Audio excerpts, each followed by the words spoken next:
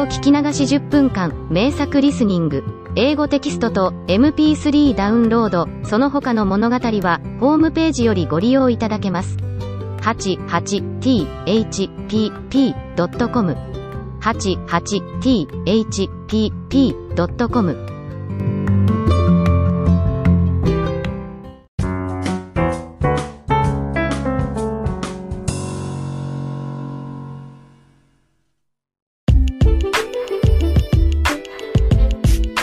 When I was little, my mother constantly said bad things about others.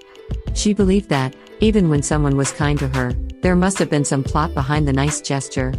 To sum up what she talked about every day, there are only evil people in this world. In kindergarten, mothers would fix a lunchbox for their kids and the kids would have it with their classmates and their teacher. At one lunchtime, when I was opening a lid of my lunchbox, I inadvertently dropped it to the floor without having a single bite and it overturned there. I lost my lunch.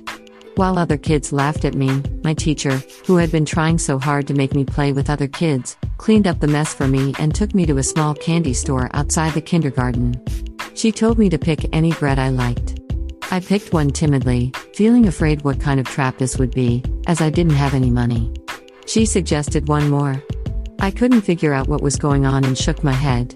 She picked one more piece of bread by herself, took out money from her own wallet, and gave all the bread to me. I was stunned. She bought me lunch. It was the first time that someone unrelated to me was so kind to me. Since then, I had started talking to her. Even after I finished kindergarten, I had kept exchanging letters with her and I still sent her a Christmas card every year.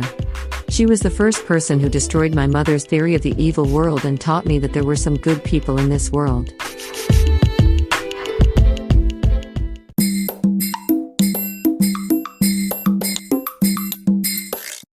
Audiobook, Japanese Dream by Hidemi Woods on sale at online stores or apps. Apple, Audible, Google Play, Nook Audiobooks, 43 available distributors in total.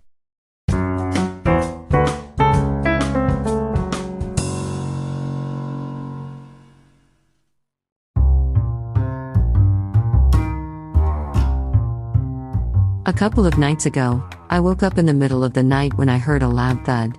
I thought something had fallen from the shelves, but the minute I dozed off, a thud woke me up again. This time, it sounded like my inner noise coming from my head.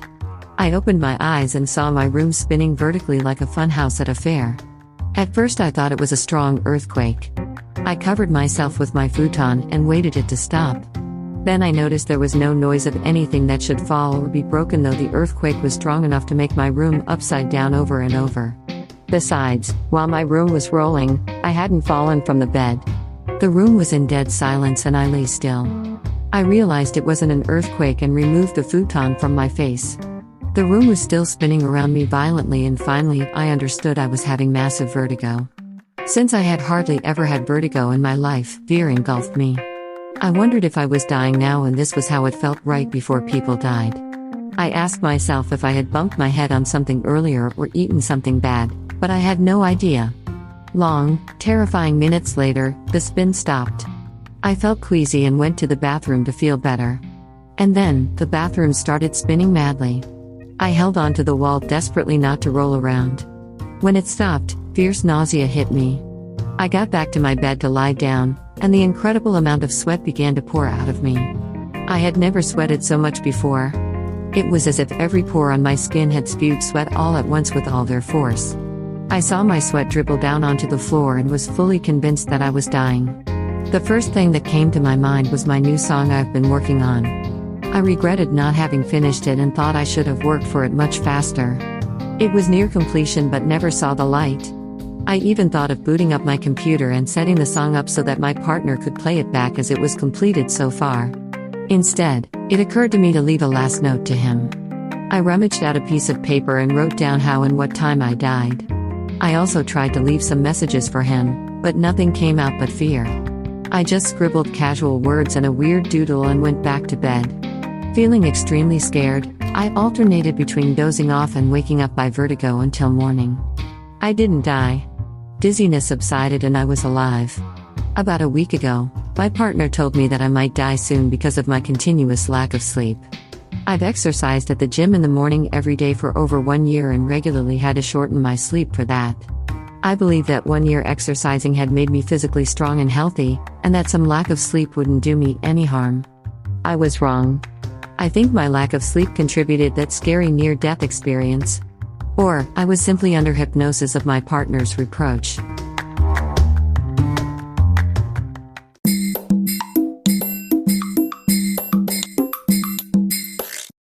Audiobook, Japanese Dream by Hidemi Woods on sale at online stores or apps.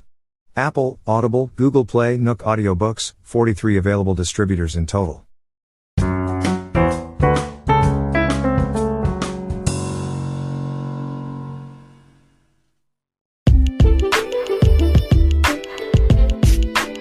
As the school play of the drama club approached, I had prepared for my first role vigorously.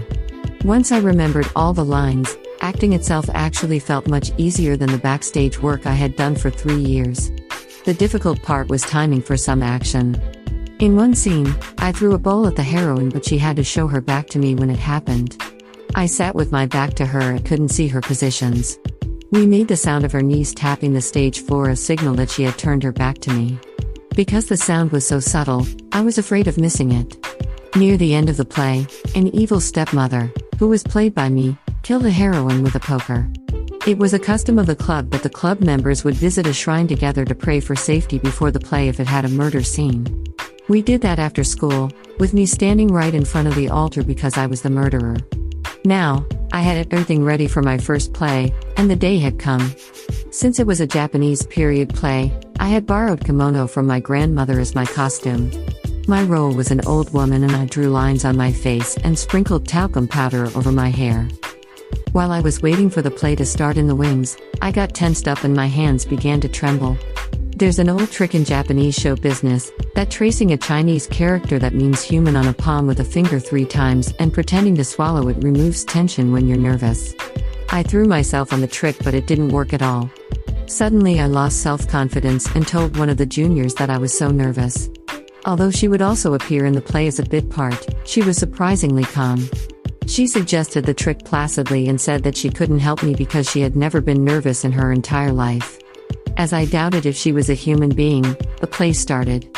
Following a heroine's monologue, the curtain was raised and I was standing in the center of the stage. The unexpected happened. Before I uttered a word, the hall got engulfed in an explosion of laughter. The audience burst out laughing at the scene in which a stumpy girl was standing with old makeup. Although the play was a serious drama, my first ever appearance was laughed away.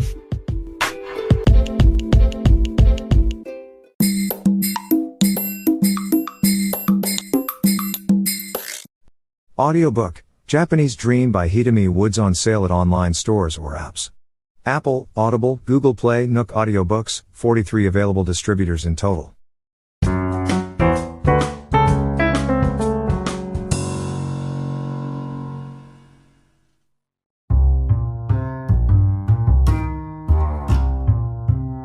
Where I grew up wasn't a good neighborhood.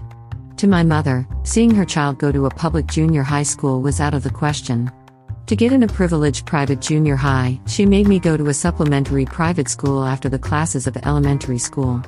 But even to get in the supplementary school, there was an entrance examination because it was for selective kids. As the public elementary school I attended was low at the educational level, my score of the exam was bad, although I was the smartest at school. But the exam included an IQ test, which I had never taken before. In a 3-way interview between the examiner, my mother and me after the examiner told us that he had never seen this high IQ before. I was supposed to fail the exam due to the low marks, but they let me pass as an exception considering my high IQ. Since then, I've leaning on my IQ for my life. My IQ is the only source of my confidence in my pathetic life, but it's the reason of my suffering as well. I've been unable to accept each and every failure of mine because I don't understand why my high IQ couldn't avoid it. Why do I fail in so many things? Why am I unsuccessful? Will I end my life without making use of my IQ? My partner compares me to a Formula 1 car. Although it runs faster than any other cars on a circuit, it's completely useless on a regular street. I'm looking for a circuit for me, but unfortunately, roads in the real world are all rugged with various obstacles.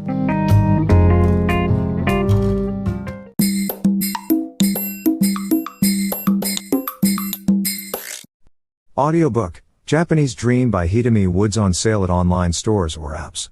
Apple, Audible, Google Play, Nook Audiobooks, 43 available distributors in total. 英語聞き流し10分間、名作リスニング。英語テキストと MP3 ダウンロード、その他の物語は、ホームページよりご利用いただけます。88thpp.com 88thpp.com